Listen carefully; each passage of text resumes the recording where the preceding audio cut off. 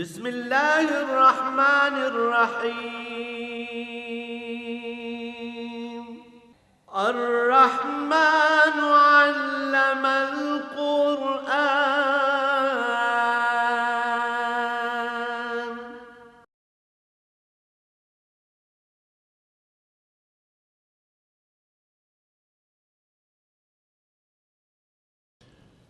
الحمد للہ رب العالمین والصلاة والسلام علی حبیبہ محمد وآلہ وصحبہ اجمعین۔ اعوذ باللہ من الشیطان الرجیم، بسم اللہ الرحمن الرحیم۔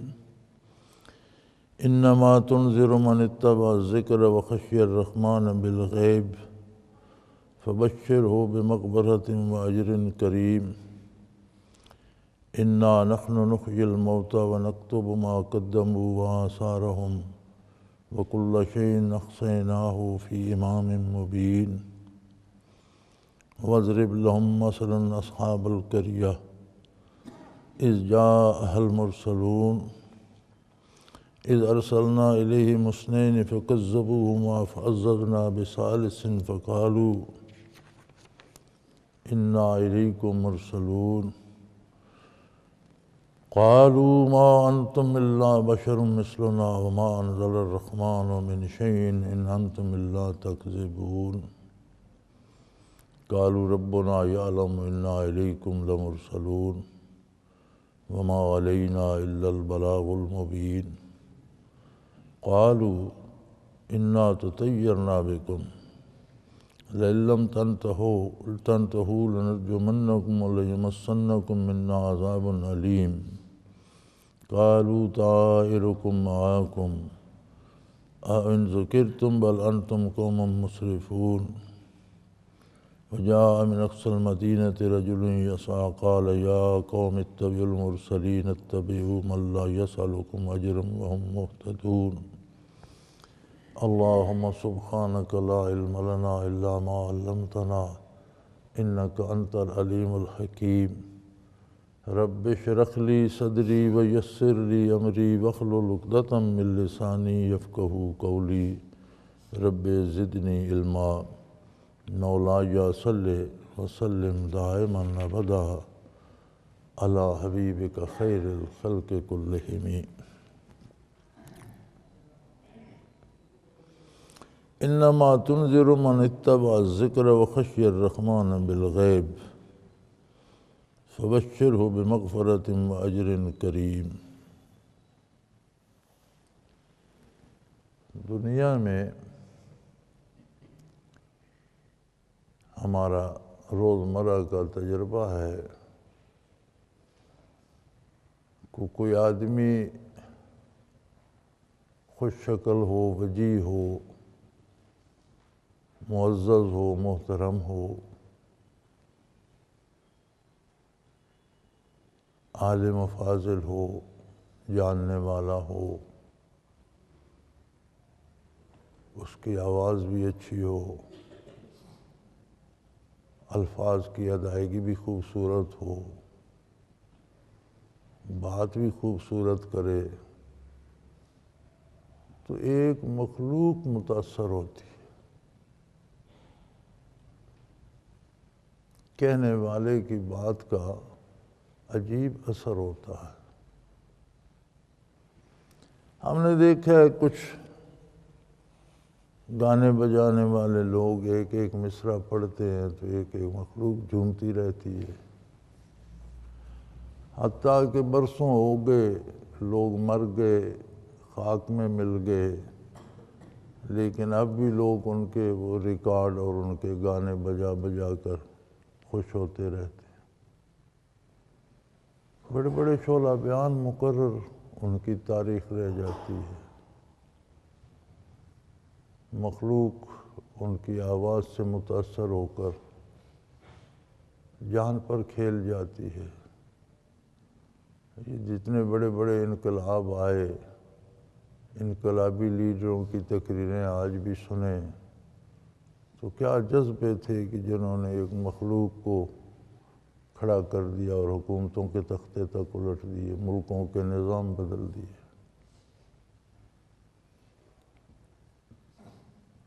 یہ سارا کچھ ہمارے سامنے ہوتا ہے، ہمارا اپنا تجربہ ہے۔ لیکن کیا عجیب بات ہے کہ کہنے والا سب سے حسین تر ہو، بے مثل ہو، بے مثال ہو، جس جیسی کوئی دوسری صورت اللہ نے بنائی نہ ہو، جس کا حسن ظاہر بے مثال ہو، جس کا کمال باطن بھی بے مثال ہو، جو انبیاء کا بھی سردار ہو، جس کی آواز کی شیرینی بھی بے مثل ہو، جس کی کوئی دوسری مثال نہ ہو، جس کے علوم کا کوئی کنارہ نہ ہو، اللہ کی طرف سے جسے اتنے علوم دیے گئے ہوں کہ جو اللہ جانے یا اللہ کا رسول جانے،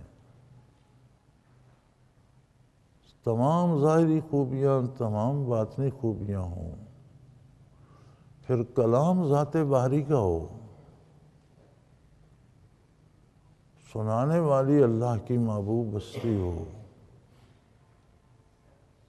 اور سننے والا متاثر نہ ہو، یہ کیسی عجیب بات ہے۔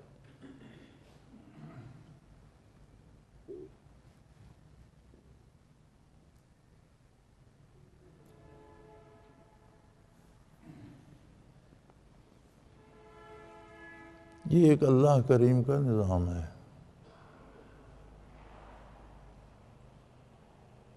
اللہ نے انسان کو اس کائنات کی افضل ترین مخلوق بنایا ہے، یہ خلاصہ کائنات ہے۔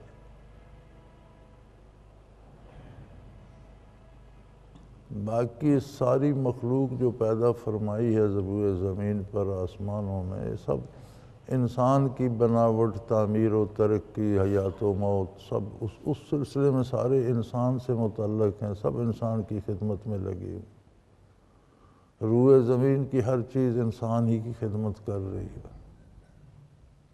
وَخَلَقَ لَكُم مَّا فِي الْأَرْضِ جَمِيعًا، زمین پر جو کچھ ہے وہ صرف تمہاری خاطر ہے۔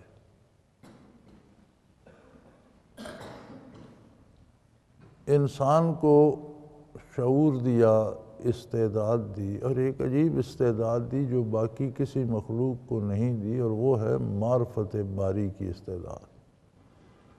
اللہ کی ذات کو جاننے اور پہچاننے کی جو استعداد انسان کو عطا ہوئی ہے، وہ انسان کے علاوہ کسی مخلوق میں نہیں۔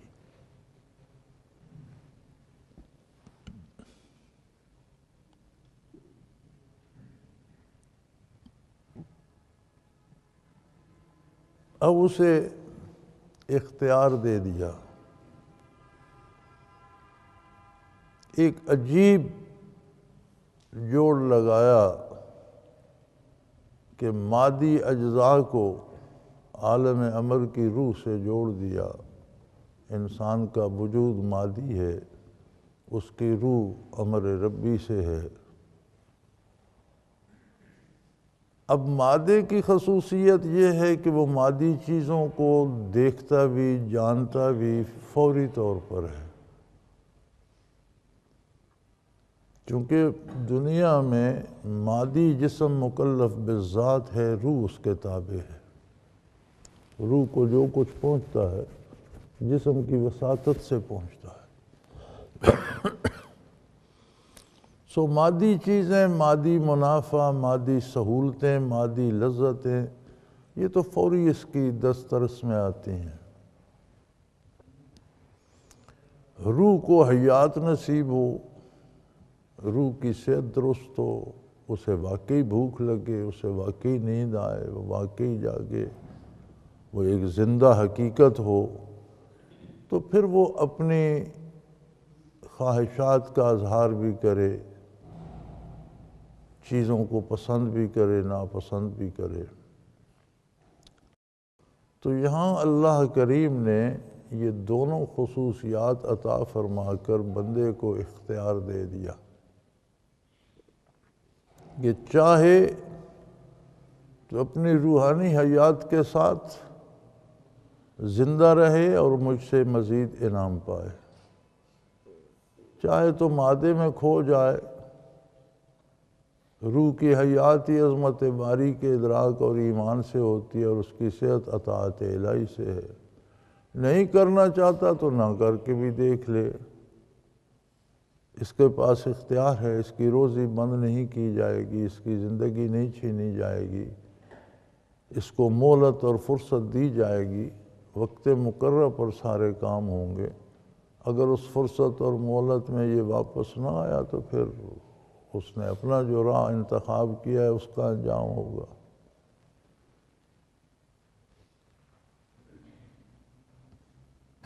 تو سوال یہ تھا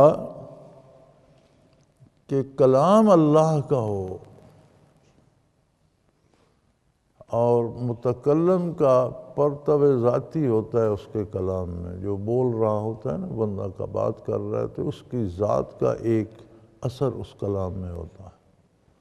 جب اللہ کا ذاتی کلام ہے تو پرتو جمال کا امین ہے، اور پھر وہ کلام حضور علیہ الصلوۃ والسلام بندوں تک پہنچائیں، اور آپ کی زبان حق ترجمان کی شیرینی بھی اس میں شامل ہو، آپ کی برکات بھی شامل ہو، اور اگلا اس پر غور ہی نہ کرے۔ کیوں؟ ہماری مصیبت یہ ہے کہ ہم جو اس طرح کی آیات آتی ہیں ان کافروں پر چسپاں کر دیتے ہیں، جو آیات مبارک اور اچھی آتی ہیں کچھ صحابہ پر اور یا اللہ پر چسپاں کر دیتے ہیں، ہم الگ بیٹھے رہتے ہیں کہ ہمارے لیے اس میں شاید کچھ بھی نہیں۔ دیکھنا یہ ہوتا ہے کہ کافروں کو اثر کیوں نہیں ہوتا تھا، وہ اثر پذیر کیوں نہیں ہوتے تھے؟ کیا ہم ہوتے ہیں؟ دیکھنا تو ہمیں یہ ہے کہ 5 دفعہ بارگاہ ایزدی سے اللہ کے گھر سے آواز آتی ہے، کیا ہم حاضر ہوتے ہیں؟ ہمارے پاس فرصت ہے یا نہیں؟ ہم پر کوئی اثر ہوتا ہے یا نہیں؟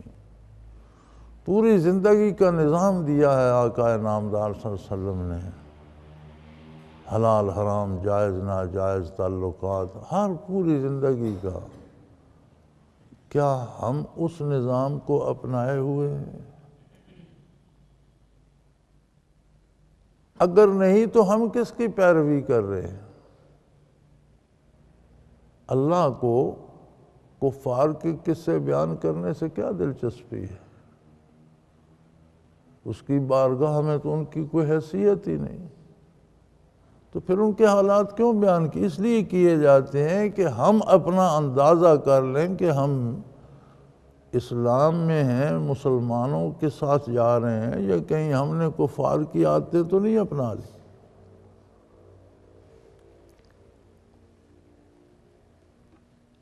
تو فرمایا آپ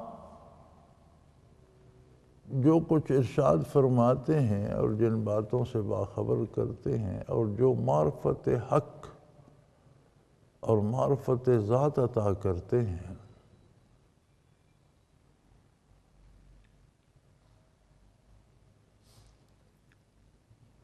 غالباً حضرت علی رضی اللہ تعالی عنہ کا ارشاد ہے، من عرف نفسہ فقد عرف ربہ، جس شخص نے اپنے آپ کو پہچان لیا اس نے یقیناً اپنے پروردگار کو بھی پہچان۔ اتنی بڑی صنعت ہے انسان کا اپنا وجود کہ کن کن ذرات کو کس کس پراست سے گزار کر ان کا خلاصہ تیار کیا، پھر اس میں سے انسان کے وجود کا بیج بنایا، پھر انسان کو پیدا فرمایا، پھر اس میں کھربوں سیل رکھ دیے، پھر رات دن ان کی تعمیر، ان کی حیات، ان کی موت، ان کی بیماری، ایک کائنات آباد ہے، ایک ایک وجود کے اندر کوئی بادشاہ ہے یا گداگر ہے، دونوں کے وجود کا نظام ایک جیسا ہے، ایک جیسے سیل ہیں، ایک جیسی ان کی حیات و موت ہے، ایک جیسا نظام چل رہا ہے، دونوں کو وہ پال رہا ہے۔ تو اگر کوئی اپنی تخلیق پر ہی غور کر لے تو عظمت باری کا ادراک اسے نصیب ہو جاتا ہے۔ لیکن اگر کوئی ہر طرف سے بے دھیان ہو کر صرف خواہشات نفس میں مبتلا ہو جائے اور ہوس کا اسیر ہو جائے تو اللہ کریم فرماتے ہیں میرے حبیب تیری آواز کی شیرینی برحق، تیرے ارشادات کا نور برحق، تیرا درد دل برحق جو تو ہر بندے کے لیے چاہتا ہے کہ اسے ہدایت نصیب ہو جائے، لیکن نصیب تو اسی کی ہوگی جس کا دل نصیب کرنے کو چاہے گا۔ ایک مردہ پڑا ہے، آپ اس کے سرانے واز کرتے رہیں، جی نماز کا وقت ہو گیا، جی یہ وضو کے لیے پانی رکھا ہے، جی یہ جا نماز بھی بچھا ہے، وہ کیا کرے گا؟ وہ اٹھ کے وضو کرے گا یا نماز پڑھے گا؟ آپ تلقین کرتے رہیں۔ جنہوں نے اپنے دلوں کو مردہ کر لیا ہے، جنہوں نے اپنی روحوں کو مردہ کر لیا ہے، جن کے وجود چلتی پھرتی قبریں بن گئی ہیں، ان میں مردہ روح ہے، وہ آپ کے ارشادات سے لطف اندوز کیسے ہوں گے، متاثر کیسے ہوں گے، سنیں گے کیسے، مانیں گے کیسے؟ اس لیے انما تنذر من اتبع الذکر، آپ بہت پتے کی بات بتاتے ہیں۔ انذار ہوتا ہے کہ کسی کو آگے کی خبر کر دی جائے کہ جس راہ پہ تم جا رہے ہو اس راہ پہ فلاں جگہ پر ڈاکو ہیں، چور ہیں، اژدہا ہے، مصیبت ہے، لوٹے جاؤ گے، مارے جاؤ گے۔ اب ابھی اس نے جانا ہے، بڑی لمبی راہ ہے، لیکن آپ نے یہاں بتا دیا تو وہ اپنا راستہ بدل لے گا۔ نبی کا انذار ہوتا ہے، اللہ کے رسول کا انذار ہوتا ہے کہ جو عقیدہ، جو عمل کر رہے ہو، کل قبر میں جاؤ گے تو اس کا نتیجہ یہ خراب ہوگا، اس لیے اس راستے سے بچ جاؤ اور سلامتی کا راستہ اختیار کرو۔ اردو کا دامن چونکہ تنگ ہے، یہاں انذار کا مطلب ڈر لکھ دیتے ہیں، یہ دراصل خطرے سے بر وقت مطلع کرنا ہے کہ جدھر جا رہے ہو آگے بڑا خطرہ ہے، یہ راستہ بدل لو، یہ راستہ سلامتی کا ہے، ادھر جاؤ۔ اللہ کریم فرماتے ہیں میرے حبیب آپ کے ارشادات عالی میں مٹھاس بھی ہے، لذت بھی ہے، شیرینی بھی ہے، حقیقت بھی ہے، حق بھی ہے، نور بھی ہے، لیکن وصول کرنے والے میں بھی تو کوئی رمق زندگی کی باقی ہو۔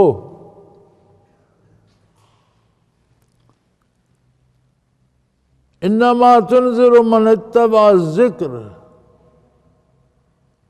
جو اللہ کی نصیحت کا اتباع کرتے ہیں، اللہ کے ارشادات کو مانتے ہیں، جو ایمان لاتے ہیں، جن کے دل میں اللہ کی عظمت کا کوئی احساس ہوتا ہے، ان پر آپ کی بات بھی اثر کرتی ہے، ان کو سنائی دیتی ہے،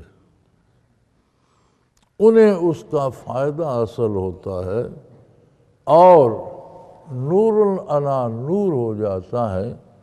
وَخَشِيَ الرَّحْمَنَ بِالْغَيْبِ، اور غائبانہ، چونکہ اللہ کی ذات کا ادراک انسان کے بس میں نہیں ہے، نہ اللہ کو دیکھ سکتا ہے، نہ اللہ کو سن سکتا ہے، نہ اللہ کی کوئی مثال دے سکتا ہے، نہ کوئی مثل بیان کر سکتا ہے، تو پھر اللہ کو کیسے مانے؟ فرمایا اللہ کے نبیوں کی دی ہوئی اطلاع اور خبر پر اس پر یقین رکھتا ہے۔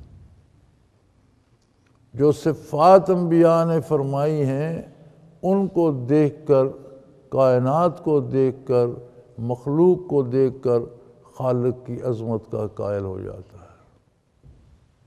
تو جس میں یہ دو باتیں ہوں گی کہ غائبانہ اللہ کی عظمت کا احساس ہوگا اور اللہ کو ماننا چاہے گا، یعنی انابت ہوگی اس میں۔ انابت کہتے ہیں خلوص سے دل سے متوجہ ہونا، جو اللہ کی طرف امید لگائے گا۔ اسے نہیں پتہ اللہ کیسا ہے، اللہ کہاں ہے، اسے نہیں پتہ اللہ کا حکم کیا ہے، لیکن اس کے دل میں ایک تمنا پیدا ہوگی، ایک ارج ہوگی، ایک خواہش و آرزو ہوگی کہ کوئی مجھے اللہ کا پتہ ملے، میرا مالک جس نے مجھے پیدا کیا، جس نے مجھے یہ نعمتیں دیں، وہ کیسا ہے، میں اسے کیسے راضی کر سکتا ہوں، مجھ سے کس طرح خوش ہوگا۔ جہاں انابت آتی ہے میرے حبیب، وہاں تو آپ کے ارشادات گل و گلزار بنا دیتے، اور جہاں زمین میں ہی چٹانیں ہوں، چٹیل ہو، کلر زدہ ہو، بیمار ہو، آپ کے ارشادات سے کیا فرق پڑے گا، وہاں تو کوئی اثر نہیں ہوتا۔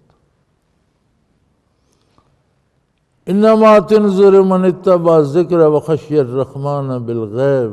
کمال ہے، خشیت ہوتی ہے، یہاں بھی ڈاری لکھ دیا جاتا ہے اللہ سے بن دیکھے ڈرتے ہوں۔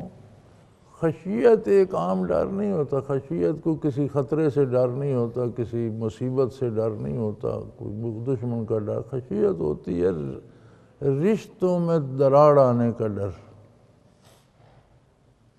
جب اللہ کریم سے تعلق پیدا ہو تو پھر ایک خطرہ جو پیدا ہوتا ہے کہ میرے کسی قول، میرے کسی فعل، میری کسی سوچ سے جو میرا اللہ سے بندگی کا تعلق بن گیا ہے، وہ میرا مالک ہے، میں اس کا کہیں اس میں دراڑ نہ، کہیں میرا مالک مجھ سے خفا نہ ہو جائے، یہ خشیت ہوتی ہے۔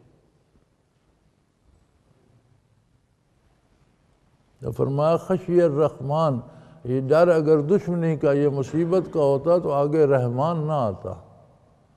سب سے بڑا مہربان جو ہے، تو مہربان سے ڈرنا کیا مانی بھائی، وہ تو رحمان ہے، بہت بڑا رحم کرنے والا۔ تو پھر ڈر یہ ہے کہ جو میرا اس سے رشتہ ہے اس میں بال نہ آ جائے، اور خشیت ہوگی وہاں جہاں آگے رحمانیت ہوگی، جس سے آگے امیدیں وابستہ ہوں گی، جس سے ہمیں انعامات اور نعمتیں مل رہی ہوں گی، وہاں ہی خشیت اور یہ خطرہ ہوگا کہ کہیں میں اس کریم کو خفا نہ کر بیٹھوں۔ فرمایا میرے حبیب جو میری پرواہ نہیں کرتے، میں ان کو آپ کے ارشادات عالی سننے کی توفیق سے محروم کر دیتا ہوں۔ توفیق ہی انہیں نصیب ہوتی ہے جن کے دل میں عظمت الہی جگہ پاتی ہے۔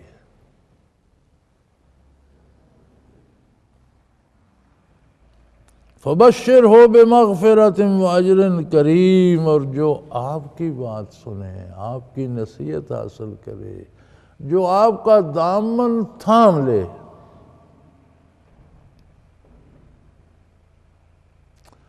بات تعلقات کی ہوتی ہے۔ ہمارے ہاں رواج ہے، میرا خیال ہے، میں یہ سمجھتا ہوں، غلط بھی ہو سکتا ہے، لیکن میں یہ سمجھتا ہوں کہ پاکستان کا ہر آدمی یورپ اور امریکہ اور مغربی ممالک میں یا میڈل ایسٹ میں جانے کو تیار بیٹھے، جسے کہو وہی تیار ہے۔ اگر انہیں موقع ملے تو شاید یہ ملک خالی کر جائیں، سارے چلے جائیں۔ تو ہمارے اکثر لوگ امریکہ میں ہیں، یورپ میں ہیں۔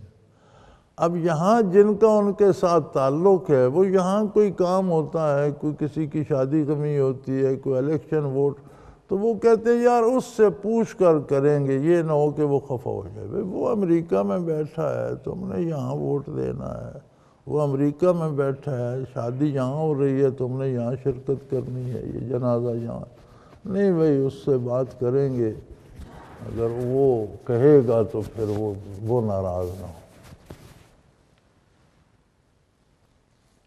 جس طرح یہ تعلق بن جاتا ہے رشتہ داروں عزیزوں سے، اگر اس طرح کا تعلق محمد الرسول اللہ صلی اللہ علیہ وسلم سے بن جائے تو پھر زندگی اسلام میں ڈھل جاتی۔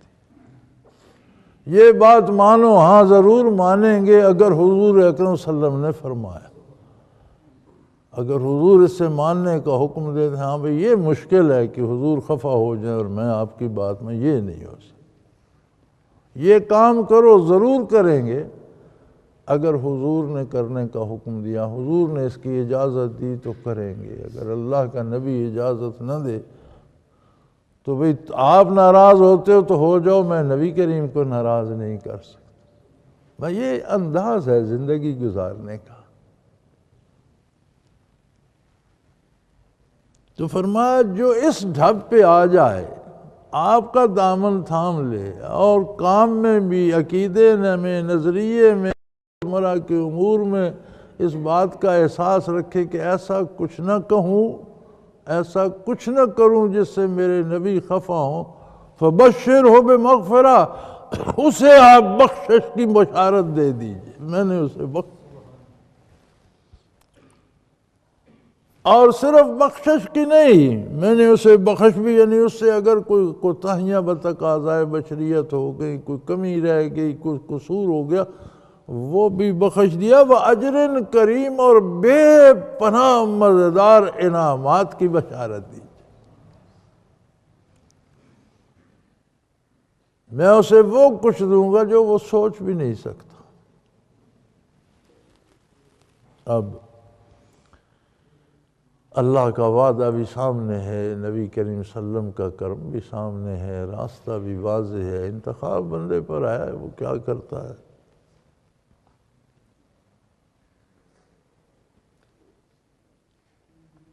اِنَّا نَحْنُ نُحْيِي الْمَوْتَى، جو آپ کا دامن نہیں تھامے گا کیا وہ بھاگ جائے گا کہیں؟ اللہ کی گرفت سے کہیں روپوش ہو جائے گا؟ نہیں، فرمایا اِنَّا نُحْيِي الْمَوْتَى، ہم یقیناً مردوں کو بھی زندہ کریں گے۔ دنیا سے مر کے ہی جائے گا تو مر کے کہاں جائے گا؟ فرمایا میری بارگاہ میں ہی آئے گا، میں اسے دوبارہ زندہ کروں گا، اور جو کچھ زندگی میں اس نے سوچا، جو کیا، جو بولا، جس پر عمل کیا، وہ سب ہم نے لکھ لیا۔ وَنَكْتُبُ مَا قَدَّمُوا وَآثَارَهُمْ، جو اعمال اس نے کر کے آگے بھیجے وہ بھی ہم نے لکھ لیے۔ جو کام اس نے ایسے کیے کہ ان کا اثر پیچھے بھی رہ گیا وہ بھی لکھ کے۔ اگر کسی نے کوئی ایسی نیکی کی، کوئی شفا خانہ بنایا، کوئی کنواں بنا دیا، کوئی اور سکول مدرسہ، کوئی دینی کام، کوئی مسجد بنا دی، اور جب تک اس میں اللہ اللہ ہوتی رہے گی اس کا اجر اسے بھی جاتا رہے گا۔ اگر کسی نے کسی بدعت کی، برائی کی، گناہ کی بنیاد رکھی، اور جب تک وہ گناہ چلتا رہے گا اس کا کی ذمہ داری اس پر بھی جاتی رہے گی۔ فرمایا جو کچھ انہوں نے آگے بھیجا وہ بھی لکھا ہوا ہے، جو آثار روئے زمین پر اور دنیا میں چھوڑ آئے، وہ جب تک وہ کام کرتے رہیں گے وہ بھی ہمارے پاس موجود ہے، کچھ پوچھنا نہیں پڑے گا۔ نَكْتُبُ مَا قَدَّمُوا وَآثَارَهُمْ وَكُلَّ شَيْءٍ أَحْصَيْنَاهُ فِي إِمَامٍ مُبِينٍ، اور ان سے پہلے ایک واضح اور روشن کتاب یعنی لوح محفوظ میں سارا کچھ لکھا ہوا موجود ہے۔ کوئی کسی سے پوچھنے یا تلاش کرنے یا تفتیش کرنے کی ضرورت پیش نہیں آئے گی میدان حشر میں بھی اللہ نے کوئی پولیس تھانے بنا رکھے ہوں اور وہ پھر ایک ایک مجرم کو لے کر جائیں گے اور ریمانڈ پر لے جائیں گے اور تفتیش کریں۔ نہیں، فرمایا اس کی ضرورت نہیں ہے، سب کچھ لکھا ہوا موجود ہے، تو جو کرے گا وہ بھر لے گا۔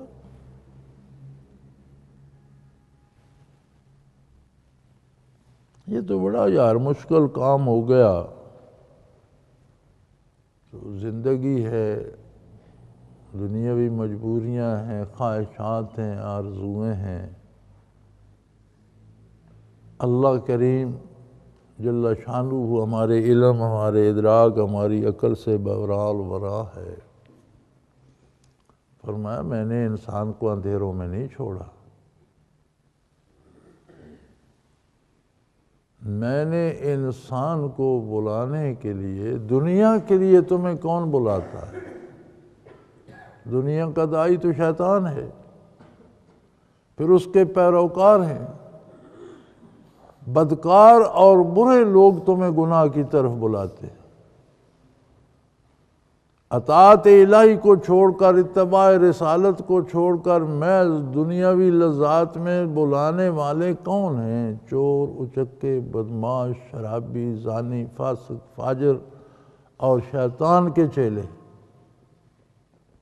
ادھر بھاگ پڑتے ہو، ادھر دیکھو میں نے انبیاء مبعوث فرمائے، مقدس ترین ہستیاں، حاملان وحی، پھر انہیں اپنے کلام سے نوازا اور تمہارے پاس بھیجا۔ تم اندازہ کرو جرم پھر کس کا بنتا ہے؟ مجرم کون ہے؟ جو ان کی سنتا ہے وہی اس نے برا کیا نا، انسان خود مجرم ہے۔ فرمایا میرے بھی وَاضْرِبْ لَهُمْ مَثَلًا أَصْحَابَ الْقَرْيَةِ، ایک گاؤں والوں کی بات انہیں سنائیے مثال کے طور پر کہ اللہ کتنے کریم ہیں۔ اِذْ جَاءَهَا الْمُرْسَلُونَ، ہم نے ان کے پاس اپنے رسول بھیجے، اللہ کی طرف، آخرت کی طرف، بھلائی کی طرف بلانے والے دنیا کے وہ بندے، اللہ کے وہ محبوب جو معصوم عن الخطا ہیں، جن سے گناہ کا تصور ہی نہیں، جو سراپا نیکی ہیں، جن کا عمل بھی نیکی، جن کا قول بھی نیکی، جن کی سوچ اور فکر بھی نیکی۔ اب ان کی بات تم نہ سنو، ڈوم، کنجر، چور، چکے، شرابی، بھانگی، چرسی، بدکار، لٹیرے، ڈاکو، وہ دوسری طرف بلانے والے، ان کی سن لو، ان کی نہ سنو تو مجرم کون ہے؟ پھر کون بھگتے گا؟ اللہ کریم فرماتے ہیں ہم نے ان کے پاس اللہ کے پیغمبر بھیجے اور ایسا کرم فرمایا، اذ ارسلنا علیہم اثنین، ہم نے 2 نبی مبعوث فرمائے اس گاؤں میں۔ لوگ اپنی روش پہ قائم ہوتے ہیں اور جو رواجات اور رسومات ہوتے ہیں وہ سمجھتے ہیں یہ بڑی دانش مندی ہے۔ جب انہیں اس برائی سے روکا جائے تو اس برائی کے عادی ہو چکے ہوتے ہیں، تو کہتے ہیں یہ بندہ زیادتی کا، یہ پاگل ہے یار، اتنے ہمارا باپ دادا یہ رسمیں کرتا گزر گیا، وہ سارے بے وقوف تھے اور یہ عقل مند آ گیا، یہ پاگل ہے۔ اللہ فرماتے ہیں میں نے 2 نبی بھیج دیے، اس لیے کہ دنیا میں تجربہ کر کے دیکھ لو، 2 پاگل کبھی ایک بات پہ متفق نہیں ہوتے، ہر پاگل اپنی بات کرے گا۔ فرمایا جب 2 نبی ہوں گے تو یہ پاگل نہیں کہہ سکیں گے کہ دونوں ایک ہی بات کرتے ہیں، ایک ہی چیز کو حلال کہتے ہیں، ایک ہی بات کو حرام کہتے ہیں، ایک ہی کو جائز ناجائز بتاتے ہیں، ایک ہی عقیدہ، ایک ہی طرز عمل۔ 2 تو پاگل نہیں ہو گئے، دونوں پاگل ایک بات، اگر پاگل ہوتے تو ایک کچھ اور کہتا، دوسرا کچھ اور کہتا، تو ہم نے 2 نبی بھیج دیے۔ فَكَذَّبُوهُمَا، ان دونوں کی تکذیب کرتے، کہا نہیں مانتے ہیں۔ فَعَزَّزْنَا بِثَالِثٍ، ہم نے انہیں تیسرے سے بھی عزت بخشی، ایک تیسرا پیغمبر ان کی تائید میں بھیج دیا۔ مخلوق نے کیا کیا کرم نہیں فرمائے، کیا کیا مہربانی نہیں کی۔ تیسرا نبی بھی مبعوث ہو گیا اور انہوں نے کہا اِنَّا إِلَيْكُمْ مُرْسَلُونَ، ہمیں اللہ نے تمہارے پاس بھیجا ہے، اللہ نے ہمیں مبعوث کیا ہے، اس نے ہمیں نبوت عطا کی ہے، اس نے اپنی صفات، اپنی ذات، اپنی صفات، اپنی عظمت اور ہماری صداقت اور قیامت، آخرت اور تمہاری دائمی زندگی کی ساری خبر دی ہے۔ جواب کیا ملا؟ قالوا ما انتم الا بشر مثلنا، وہ کہنے لگے تم ہماری طرح بشر ہو، انسان ہو، جیسے ہم ہیں ویسے تم ہو، تم بھی کھانا کھاتے ہو، تم بھی سوتے جاگتے ہو، تمہارے بھی بیوی بچے ہیں، تمہیں بھی گرمی سردی لگتی ہے، تو تمہیں ہم کیوں اللہ کا نبی مانیں؟ یہ بھی بڑا عجیب تماشا ہے۔ قرآن کریم میں اللہ کریم کا ارشاد ہے کہ زمین پر اگر فرشتے بستے ہوتے تو میں فرشتوں کو نبی بنا کر بھیجتا۔ جب زمین پر انسان بستے ہیں تو نبوت بھی انسانوں کو عطا ہو، اور انسان اشرف مخلوق ہے، فرشتوں سے بھی اشرف ہے، بڑھ کر ہے۔ اگر خود کو گرا نہ دے، حق پر قائم رہے تو سب سے بہترین مخلوق ہے۔ اگر فرشتوں کو نبی بنا کر بھیجا جاتا تو انسانی لباس میں آتے، ہوتے فرشتے، بظاہر انسانی لباس، بات انسانوں کی طرح کرتے، وجود انسانی نظر آتے، پھر وہ فرشتے ہیں، نہ کھاتے نہ پیتے نہ سوتے نہ جاگتے، تو کون ان کا اتباع کرتا؟ اگر فرشتوں کی طرح رہتے تو کسی کو نہ نظر آتے، نہ کوئی دیکھتا نہ سنتا۔ اس لیے بشریت کو عظمت سے نوازا گیا اور رسالت و نبوت بشریت کو عطا ہوئی۔ ہاں، ہم جب خود کو بشر دیکھتے ہیں تو ہم کہتے ہیں نبی بھی ہماری طرح نہیں ہو سکتا۔ بھی ہم بشر پتہ نہیں ہیں بھی کہ نہیں۔ انسان تو اتنا گرتا ہے کہ وہ اسفل الساو انتہائی گہرائیوں میں چلا جاتا ہے، بدترین جانوروں سے بھی بدتر ہو جاتا ہے۔ اپنی بشریت پہ انبیاء کی بشریت کو قیاس نہیں کیا جائے۔ انبیاء بشر ہوتے ہیں، آدم علیہ السلام کی اولاد ہیں، نورانی مخلوق نہیں ہیں، اسی عالم آب و گل کی مخلوق ہیں۔ لیکن عجیب تماشا ہے، کچھ لوگوں نے انکار کیا کہ تم بشر ہو، تمہیں نبی نہیں مانتے۔ ایک طبقے کو ہم نے اب یہ سکھا دیا کہ نبی کو نبی تو مانو، بشر نہ مانو۔ یار کیا تماشا ہے، بشر نہیں ہے تو نبی کیسے ہے؟ کیونکہ نبوت تو ملی عالم بشریت کو ہے۔ ہاں، میرے اور آپ جیسا بشر نہیں ہے، نبی کی بشریت نبوت کی شان کے مطابق ہوتی ہے۔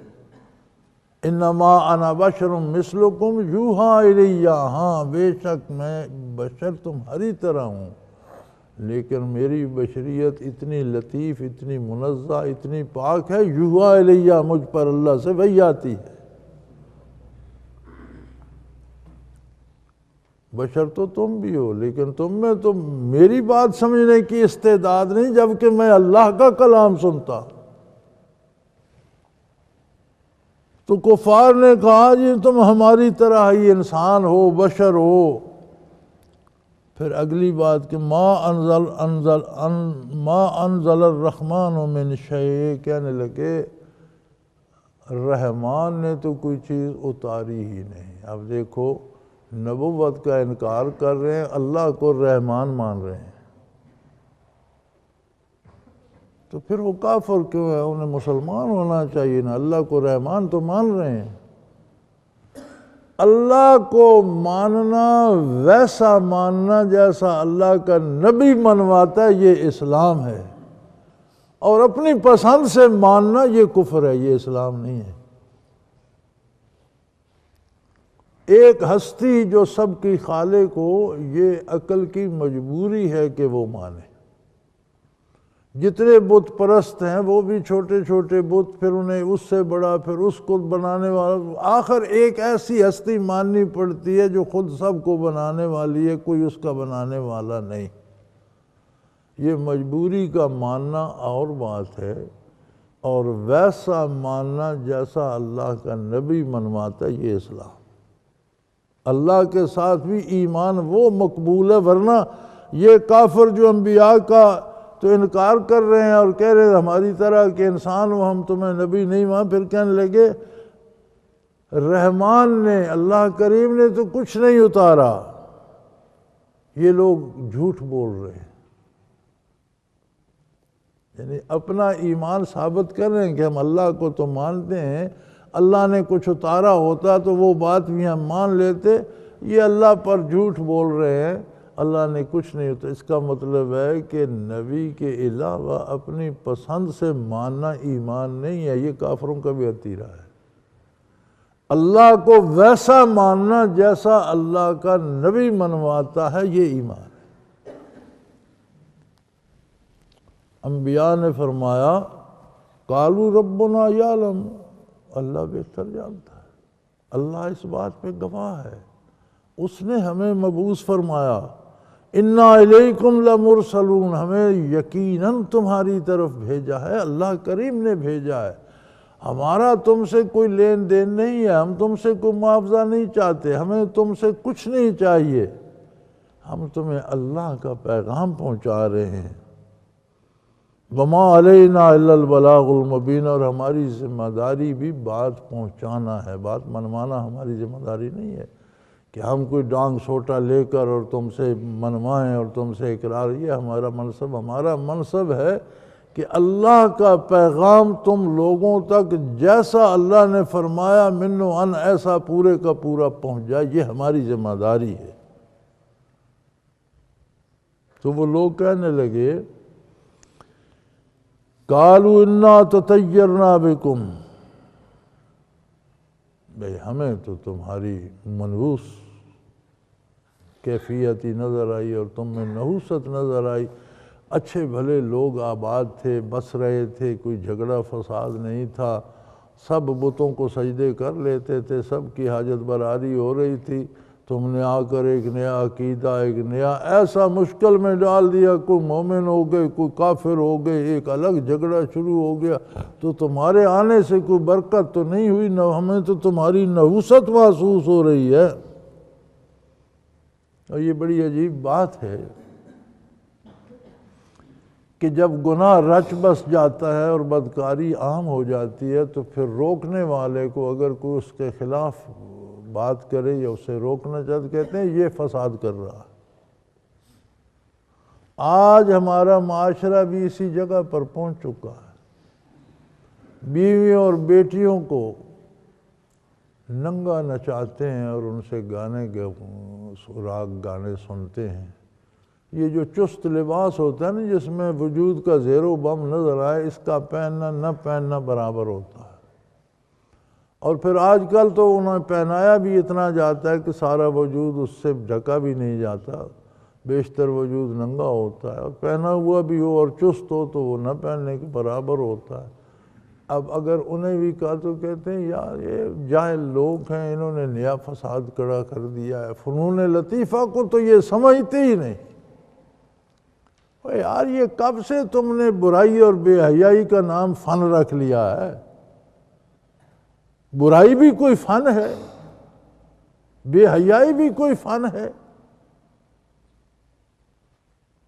اسے باقاعدہ سکھایا جاتا ہے، تربیت دی جاتی ہے، روکا جائے تو کہتے ہیں یہ فساد کرتے ہیں،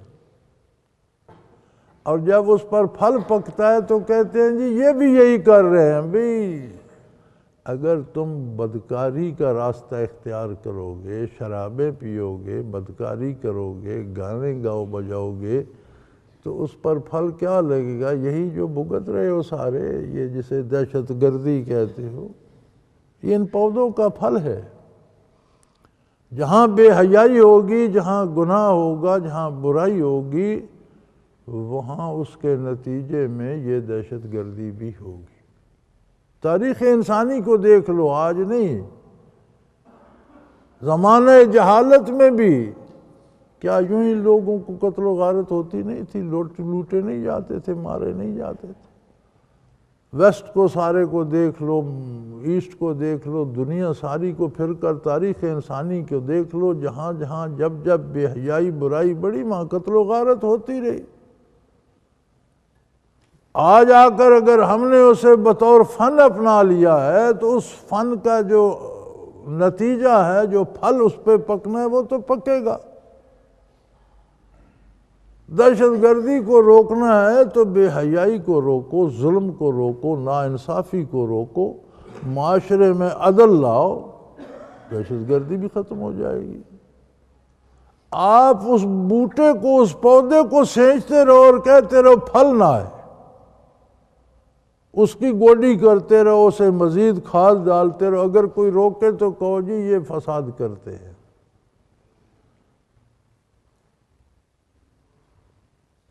یہی انہوں نے بھی کہا، قالوا انا تطیرنا، ہمیں تو تمہاری نحوست نظر آتی ہے، ہم بڑے مزے سے رہ رہے تھے، تم نے آ کر فساد پیدا کر دیا، آدھے لوگ ایک طرف ہو گئے، آدھے دوسری طرف ہو گئے، کوئی اسے حلال کہتا ہے، کوئی حرام کہتا ہے، یہ تماشا بن گیا۔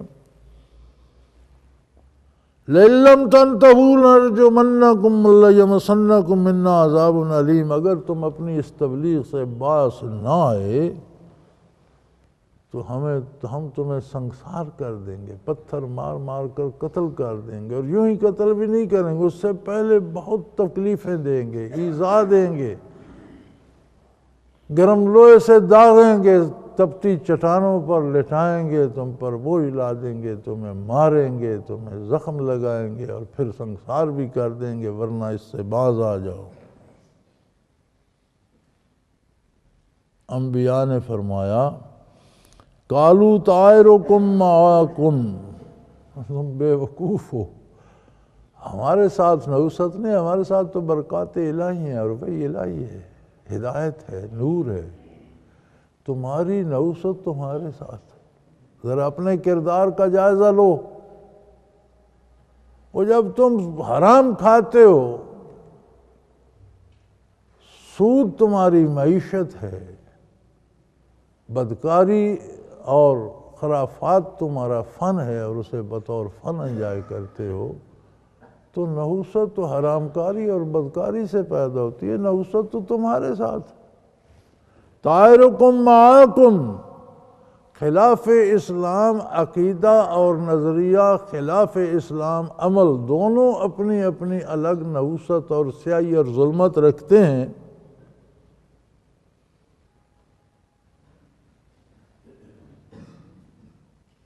آئن ذکرتم، یہ برائی، بے حیائی، گناہ، جرم، کیا تمہیں اس کی نصیحت کی گئی تھی؟ کبھی تم نے سوچا ہے یہ برائی کا منبع کیا ہے، اس کی طرف بلانے والا کون ہے؟ وہ جس مالک نے تمہیں پیدا کیا، جس نے تمہیں وجود بخشا، جس نے تمہیں روح بخشی، جس نے تمہیں انسان بنایا، عظمت انسانی بخشی، اس نے تو تمہیں یہ باتیں کرنے سے روکا ہے۔ پھر یہ نصیحت کس کی ہے جس پر تم عمل کر رہے ہو؟ بل انتم قوم مسرفون، لیکن تم لوگ حد سے نکل جانے والے ہو، تم نے حدیں کراس کر دی، حدیں پھلانگ گئے تم لوگ، تمہیں نہ عظمت باری کا احساس رہا، نہ اللہ کے احسانات تمہارے ذہن میں آئے، نہ تمہیں واپس اللہ کی بارگاہ میں جانے پہ یقین رہا، نہ تمہیں جواب دہی کا کوئی خوف رہا، تم نے تو ساری حدیں پار کر دی۔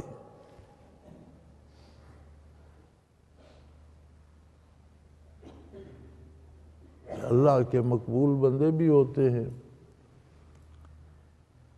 اللہ کے اچھے بندے بھی کائنات میں ہیں۔ وَجَاءَ رَجُلٌ مِّنْ أَقْصَى الْمَدِينَةِ رَجُلٌ يَسْعَىٰ، جو پہلے ایمان لا چکا تھا ایک بندہ، اس نے جب سنا کہ شہر کی دوسری طرف یہ کفار و مشرکین اللہ کے انبیاء سے مناظرہ کر رہے ہیں اور جھگڑا کر رہے ہیں اور باتیں منا رہے ہیں، تو وہ دوڑتا ہوا شہر کے دوسرے سرے سے دوڑتا ہوا آیا۔ وَجَاءَ رَجُلٌ مِّنْ أَقْصَى الْمَدِينَةِ، شہر کی دوسری طرف سے بھاگتا ہوا آیا۔ رَجُلٌ يَسْعَىٰ، بڑی کوشش کر کے، محنت کر کے بھاگتا ہوا آیا۔ قَالَ يَا قَوْمِ اتَّبِعُوا الْمُرْسَلِينَ، تو اس نے آ کر ان لوگوں سے کہا، میری قوم، میں تو تم میں سے ہوں، میرے باپ دادا بھی وہی ہیں جو تمہارے باپ دادا تھے، میں بھی تمہارے ساتھ پیدا ہوا پلا بڑا اسی معاشرے کا فرد ہوں، میں نے مان کے دیکھا ہے، بات ان کی سچ ہے، ہمارے رسومات، ہمارے رواجات، ہماری رسومات، ہمارے نظریات، ہمارا کردار سب غلط ہے، اور جو یہ بندے اللہ کے نبی جو بتا رہے ہیں یہ درست ہے، میں نے مان کے دیکھا ہے۔ اتبعوا المرسلین، میری قوم سب ان کا اتباع کر لو۔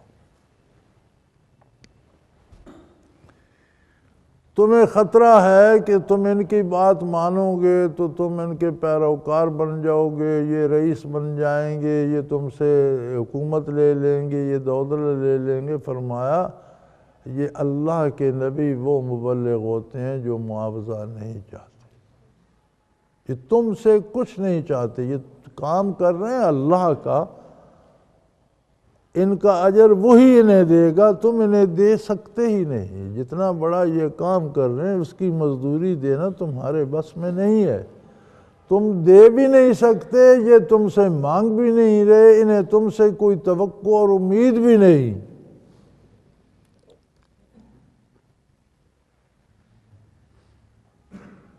اتبعوہم من لا یسألکم اجرا، دو باتیں ہیں۔ کیوں تم ان کی بات نہیں مانتے ہو؟ کیا تم سے یہ اجرت مانگ رہے ہیں؟ تم سے کچھ نہیں چاہتے۔ اسی لیے دین کا کام بطور روزگار نہیں کیا جاتا، دین کو پیشہ نہیں بنایا جا سکتا۔ علماء مساجد میں جو امامت کرتے ہیں وہ بھی تنخواہ لیتے ہیں، علماء مدارس میں جو پڑھاتے ہیں وہ بھی تنخواہ لیتے ہیں، تو جو امامت کرتا ہے اس پہ نماز تو خود بھی فرض ہے، تو پھر اس کی نماز کی اجرت کیسی؟ اگر اس کے ساتھ 10 بندوں نے پڑھ لی تو اس کی اجرت کیوں دی جائے؟ جو قرآن پڑھاتا ہے یا حدیث پڑھاتا ہے یا فقہ پڑھاتا ہے تو اسے تنخواہ کیوں دی جائے؟ تو یہ دین کے کام کی اجرت نہیں ہوتی یہ تنخواہ۔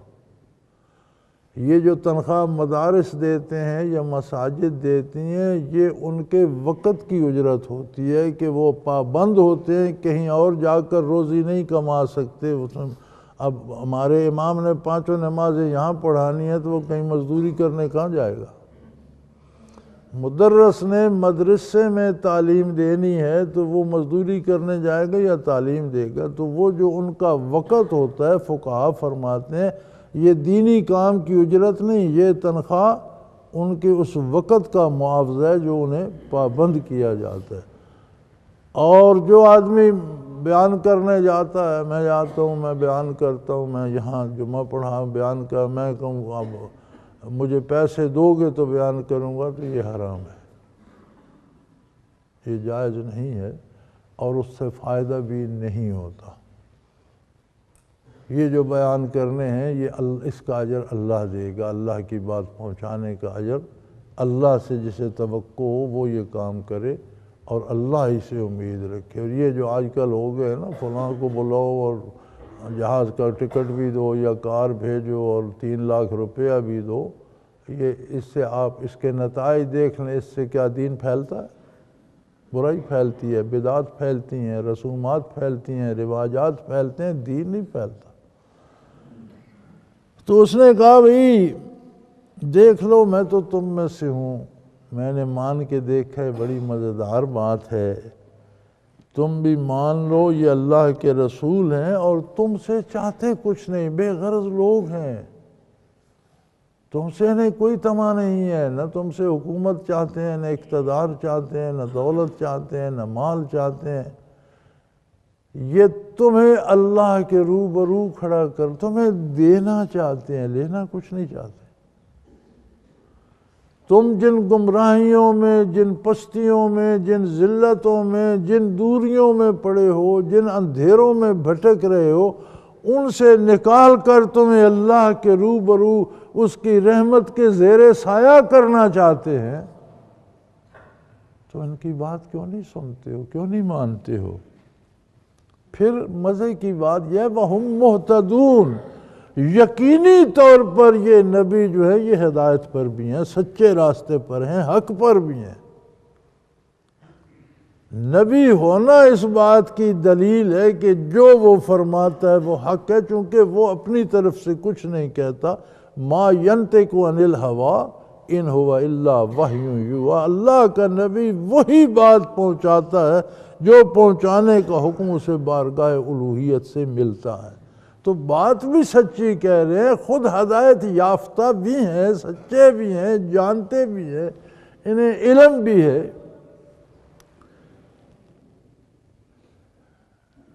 نبی صلی اللہ علیہ وسلم نے قریش کے قبائل کو کوہ صفا پہ کھڑے ہو کے آواز دی۔ اب تو بیت اللہ شریف کی عمارت ماشاءاللہ بہت پھیل گئی اور صفا مروہ بھی بڑی دیر سے اندر آ گئے، تو یہ 48، 50، 55، 60 تک تو میرا خیال ہے جب تک آل سعود نے باہر بیت اللہ کی مسجد نہیں بنائی، صفا مروہ باہر ہوتی تھی۔ صحیح جو ہے بیت اللہ کے دروازے کے سامنے بیت اللہ، تو وہ ترک مسجد جو بنی ہوئی ہے اندر، اس میں ختم ہو جاتی تھی مسجد، تو باہر لوگ صحیح کیا کرتے تھے۔ تو اللہ پاک انہیں نیک اجر دے۔ آل سعود نے حرمین شریفین پہ بہت محنت کی ہے، اور حجاج کرام کے انتظام پہ اور عبادات پہ بہت محنت کی ہے اور بہت ترقی دی ہے۔ مساجد، مسجد نبوی میں بھی تقریباً مدینہ منورہ حضور کے عہد کا تو سارا ہی مسجد میں آ گیا ہے، اور حرم پاک بیت اللہ شریف کی بھی بہت خوبصورت عمارت اب مزید بن رہی ہے، اللہ پاک قبول فرمائے۔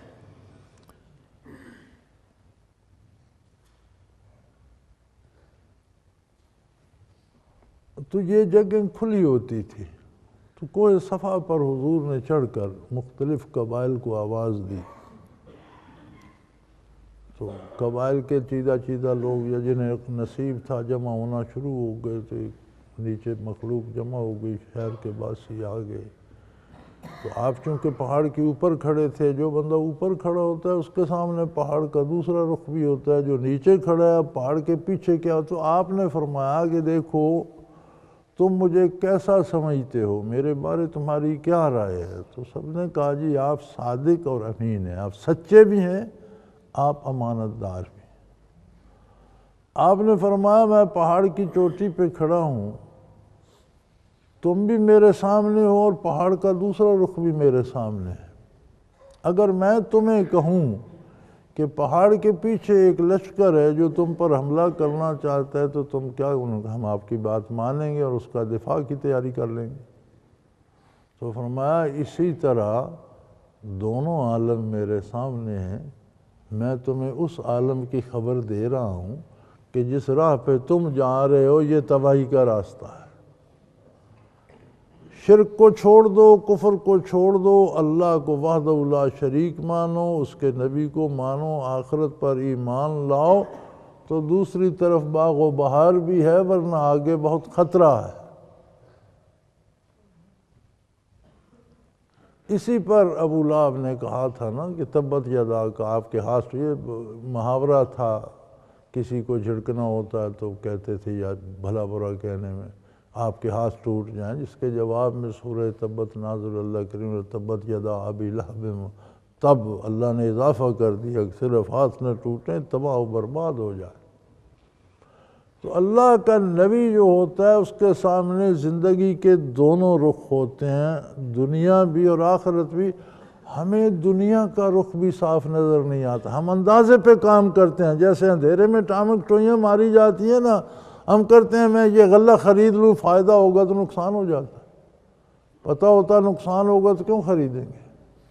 ہم کہتے ہیں میں کپڑے کی دکان بنا لوں، بڑا نفع ہوتا ہے، اکثر اوقات بندہ مقروض ہو جاتا ہے، یار یہ کیا کیا، وہ تو الٹا نقصان دے گیا۔ ہم کہتے ہیں یہ دوائی کھا لوں ٹھیک ہو جاؤں گا، وہ کھاتے ہیں اس سے اور بیمار ہو جاتا۔ ہمیں تو دنیا کا بھی نہیں پتہ، اللہ کا نبی دنیا کا جو دیکھتا ہے وہ بھی حق ہے، آخرت کا جو بتاتا ہے وہ بھی حق ہے، اسے دنیا کا بھی پتہ ہے، آخرت کا بھی پتہ ہے۔ تو اس بندے نے کہا اتبعوا ما لا یسألکم اجرا، ایک تو یہ بات ہے کہ یہ تم سے کچھ معاوضہ نہیں چاہتے، تم پر حکومت نہیں چاہتے، تم سے اقتدار نہیں چاہتے، تم سے دولت نہیں چاہتے، وہم مہتدون، اور دوسری بات یہ ہے کہ یہ جانتے ہیں جو بتا رہے ہیں سارا سچ ہے، جو حکم دنیا کے بارے دے رہے ہیں وہ بھی سچ ہے، جو حکم آخرت کے بارے دے رہے ہیں وہ بھی سچ ہے، اور یہ حقیقت شناس ہیں، مہتدون، ہدایت یافتہ ہیں۔ ہدایت یافتہ ہوتا ہے جو حقیقت کو جان کر اس پر عمل پیرا بھی ہو، صرف جانتا نہ ہو، اس پر عمل پیرا بھی ہو۔ تو یہ حق کو جانتے بھی ہیں، حق پر قائم بھی ہیں، ان کی بات مان لو، اسی میں تمہارا فائدہ ہے۔ وآخر دعوانا ان الحمدللہ رب العالمین۔ اللہ اللہ اللہ اللہ اللہ اللہ اللہ اللہ۔ حضرت امیر محمد اکرم آوان مد ظلہ العالی دارالعرفان منارہ ضلع چکوال میں سالہ سال سے قرآن و حدیث کے اوپر خطابات کر رہے ہیں اور سلسلہ نقشبندیہ اویسیہ کے مطابق لوگوں کو ذکر الہی کی تربیت دے رہے ہیں۔ وہ قرآن پاک کی تفسیر ترتیب وار بیان کر رہے ہیں۔ تفسیر قرآن کو وہ موجودہ ملکی اور بین الاقوامی حالات کے مطابق بیان کرتے ہیں۔ موٹر وے سے کلر کہار کے انٹرچینج سے نکلتے ہوئے، کلر کہار کی جھیل سے ہوتے ہوئے، میانی، بوچھال اور نورپور سے گزرتے ہوئے دارالعرفان منارہ پہنچ سکتے ہیں۔ حضرت امیر محمد اکرم آوان نے بچیوں اور بچوں کی دینی اور دنیاوی تعلیم کے لیے سقارہ اکیڈمی کے نام سے ایک درسگاہ بھی قائم کی ہے، جس کا افتتاح ملک پاکستان کے صدر جنرل محمد ضیاء الحق نے اپنے دست مبارک سے کیا تھا۔ وہ تمام احباب جو اسلام کی طلب رکھتے ہیں ان سے گزارش ہے کہ دارالعرفان منارہ ضلع چکوال میں امیر محمد اکرم آوان صاحب کے خطابات سے مستفید ہوں۔ وہ ہر جمعے کو نماز سے پہلے بیان فرماتے ہیں۔ ہر ماہ کی پہلی اتوار کو ماہانہ اجتماع ہوتا ہے جس میں آپ خصوصی خطاب فرماتے ہیں اور پاکستان کے چاروں صوبوں سے احباب اس اجتماع میں شرکت کرتے ہیں۔ اس کے علاوہ یہاں سال میں 2 مرکزی اجتماعات بھی ہوتے ہیں، ایک رمضان المبارک میں اعتکاف کا اجتماع اور دوسرا جولائی اور اگست میں 40 دن کا اجتماع ہوتا ہے جس میں روحانی تربیت کی جاتی ہے۔ اپنا خون سیماب دے کر اتنا ہم کر جائیں گے، نام آقا کا چمن میں پھر رقم کر جائیں گے۔